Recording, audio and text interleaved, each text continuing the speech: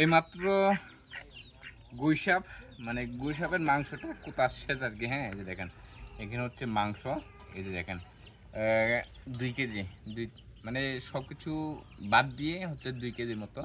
আর এখানে হচ্ছে এই যে চর্বি আছে, চর্বি অনেক এখানে, মানে খুব তাজা ছিল। হ্যাঁ, আর এটা হচ্ছে বেশিরভাগ ওই যে এখানে আমাদের গ্রামে তো প্রচুর পরিমাণে ফার্মের মুরগি করে। হ্যাঁ, তো ওইখানকার ফার্মের মুরগি যখন মারা যায়, সেই মারা যাওয়া ফার্মের মুরগিগুলো ফেলে দেয় জঙ্গলে।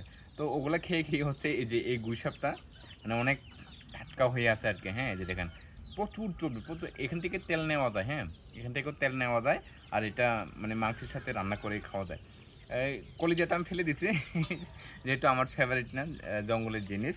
তো এই যে দেখেন এই জিনিসগুলো কিন্তু আজকে খুব মজা হবে আর কি খেতে। হ্যাঁ, আমি আবারও বলতেছি আপনাদেরকে দাওয়াত দিলাম, সবাই চলে আসেন খাওয়ার জন্য, আমরা আজকেই রান্না করে খাবো। হ্যাঁ, এই যে দেখেন, ওয়াও!